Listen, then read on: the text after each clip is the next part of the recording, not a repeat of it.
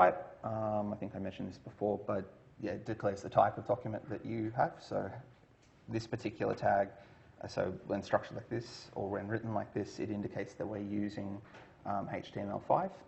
So you should always just include this as the first line of the file. Head represents information about the page, so metadata, title, as I mentioned, encoding, links to external scripts. So anything in the head section. This is distinct from, we'll see a tag later on called the header tag, so H-E-A-D-E-R. These are very separate things. Head is I suppose you can think of it as like the file head or file header. So the part of the file that contains information about the file before you actually start with the content that should be displayed. So anything that is put in the head section is not displayed in the browser window. So I've got actually an example of nested tags here, and this is an error. So if tags can be nested, so you can have a piece of text, say, and you can tag it as both strong and emphasized, but you must close tags in the order you open them. So I'll just got the annotations, don't need those. So I'll replace this with the correct order. Shouldn't have it there like that. So you need to close tags in the order or reverse order to which you open them. So if if I open both a strong and an EM tag, I need to close the EM tag before I close the strong tag. This goes back to what I was saying, I think I mentioned last week, about how we wanted to create a hierarchy of content. So a HTML page, once we've structured our elements, we should be able to represent it as a tree. If we think about our so everything inside this or underneath the strong element everything under the strong element, if we then created an EM tag but then said that, okay, we're going to finish, so we've now listed everything underneath our strong element, so we close the strong tag, but then we continue doing something with the EM, which was underneath the strong tag, but now we've moved out of our strong tag. That doesn't really make sense. So yeah, we need to close tags in the reverse order to which we open them. So indentation. So this is again something that is very important in terms of readability. So white space in HTML, at least, white space is basically ignored. So we can, if we like, indent code at the start of each line. We don't have to. I'll see a lot, I'm sure during labs this week and every time I run this course, I see a lot of students and beginner programmers, they'll just, all tags or all code is just placed with no spaces at the start of the line, all just one line after another, no indentation whatsoever. This can be, again, quite hard to read. And, again, you put your code down, you walk away, you come back a week later.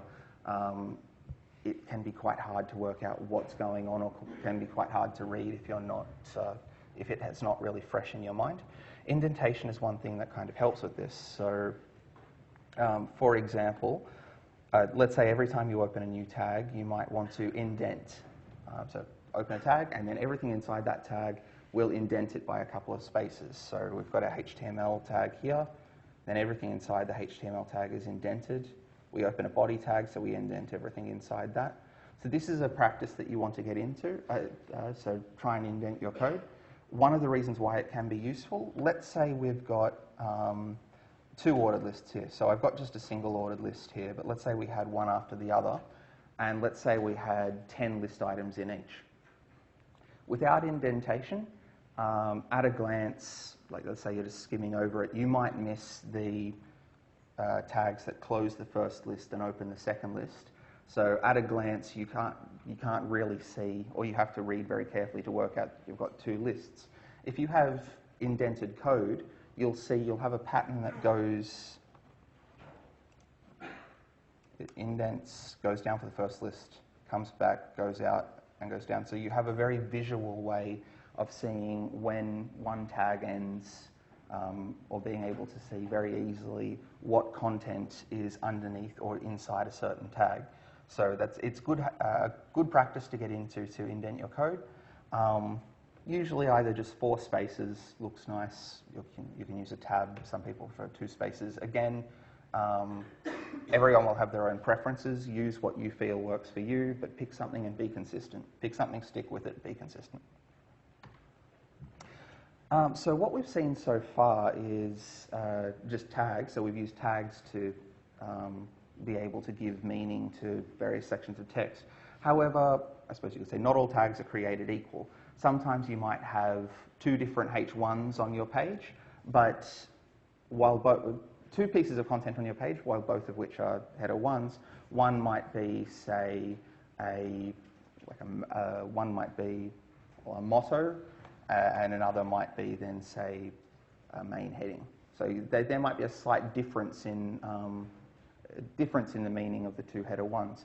So what we can do here is we can use things like, we can use what are known as attributes to customize or to add a little bit more information to individual tags. So every tag in HTML can take, at the very least, the ID and class attribute. So the way we specify these are inside the angle brackets. When we open the tag, we have the name of the tag, then a space.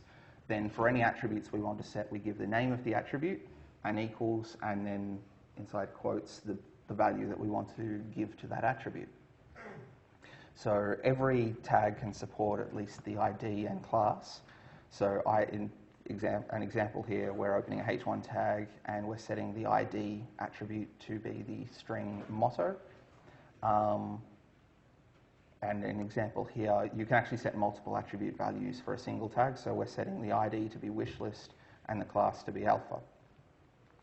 IDs and classes are similar, but essentially IDs you can use to provide a unique identifier for a single tag.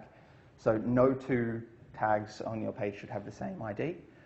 Classes you can use to group related elements. So, for example, if you had, let's say you've got a table and you're going to create a set of rows, so you've got 10 tags or 10 table row tags representing individual rows of the table. You might wish to tag some rows as odd or give some of those rows a class odd and some of those rows a class even, and then you can define different rules for how those 2 should be displayed.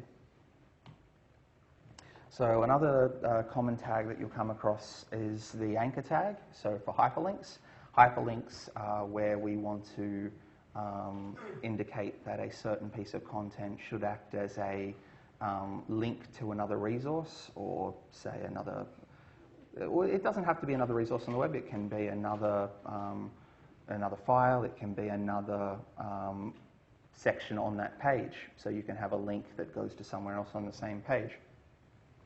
But we do hyperlinks with an anchor tag, so just an A, and then we have the href attribute. So the href attribute for a tag specifies exactly where our hyperlink should point to. So this is, so I mentioned every tag supports at least the ID and class attribute, but other tags might support a variety of other attributes depending on what their purpose is. So we can actually see, for a given tag, you can see what attributes it supports by going to the W3 schools site. So let's have a look at the A tag. So we'll go to the reference on W3 schools for the A tag, and then if I scroll down, it will list all the different attributes that are supported by the A tag. So we've got our href attribute, and then we've also got name, rel, so we've got a number of different attributes that we can set. And then if I say change A to be an image tag, we can see that the set of attributes supported for image tags is different. So with images, We don't have a href tag because that wouldn't make sense for an image, but we now have things like alt text, height and width, source, so the location of the file for the image.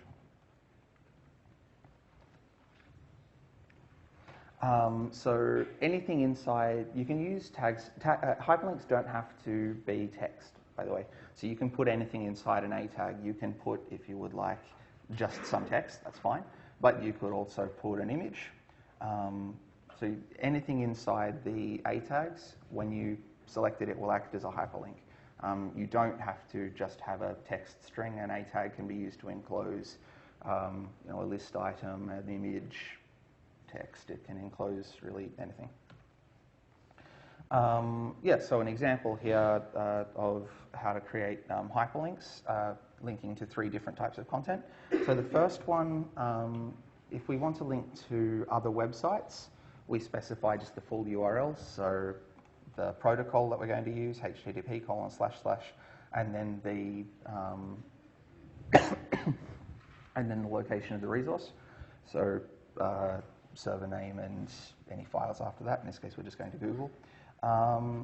If you have other files in the same folder as your HTML page, you can just list the file name, and then the browser will look for that file. So, for example, let's say you've got index.html and you put a link from that index.html to firstpage.htm.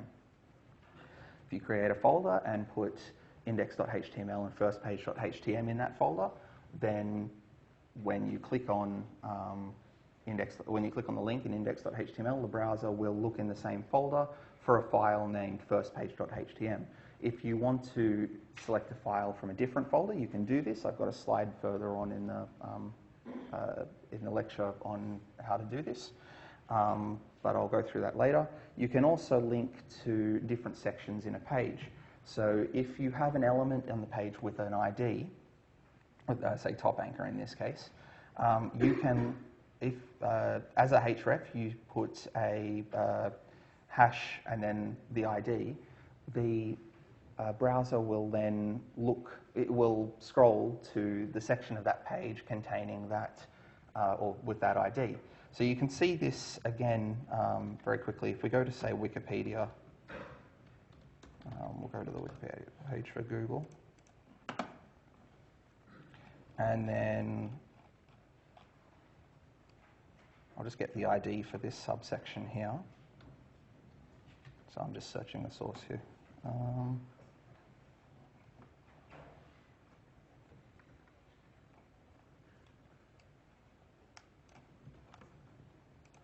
So if then at the end of that I place, I'd have to scroll to the top to be able to see this, my apologies.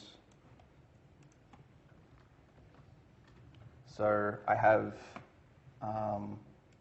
a hashtag and then the name of ID of a section. We actually scroll down automatically to that section. So you can use this if you're creating links to be able to move between different parts of the web page. And in fact, this is actually what Wikipedia will be doing with the table of contents here. And as part of an exercise later in the course, once we get to the DOM manipulation exercises in JavaScript, we'll actually have you write just a small script that, for a given HTML page, automatically generates, so it finds all the different sections in the page and automatically generates a table of contents that will and places it at the start of the page, which is a fun little exercise, but we'll do that. That's still a few weeks away. We also have comments, so anything you place inside these 2 tags will be ignored by the browser. So commenting is a bit of an art.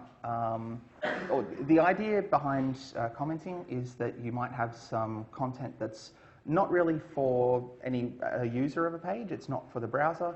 It's for you, the coder, when you're writing or reading when you're writing a HTML page or when you're coming back and reading it later, to help you understand what you were trying to do or what you're trying to accomplish.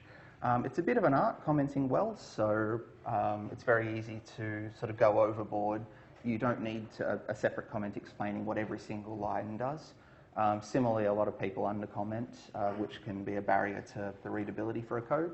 But it's something that, again, when you're writing your own programs later in the course, if you've got more than a couple of lines, if you've got a section of code, perhaps just put a little comment beforehand, just explaining what you're trying to accomplish, which will make all the difference if you come back, say, a couple of days later and try to edit it again when you don't have, when it's not really fresh in your mind, when you haven't just written it. So comments are quite useful, and they can also be very useful if you're playing around with a code to tell the browser to ignore something while you're debugging one section of the code. You can comment out another section, so the browser ignores that, and you only have to focus on the section that you're trying to debug. So this is the last slide I'll go through because we're getting towards the end of the lecture. We then also have images, so the img tag. Images, so they allow you to link to an image into your page. The key thing here I want to, instead of the href attribute, you have the src attribute, which is where you specify the location of the image. The other thing is alt. So alt defines an alt text for an image. Let's say the browser can't find the particular image you tell it to. Either you give it, the URL you give it for that image does not lead to a valid image file. What the browser will then do is it will display what you write in the alt text. So it's good practice to get into for when you create an image, to specify a string that can be displayed if the image can't be found. This is also very useful. Let's say you've someone with a vision impairment is interacting with your site. They might be using software to sort of read out the site, so it's like a text-to-speech thing.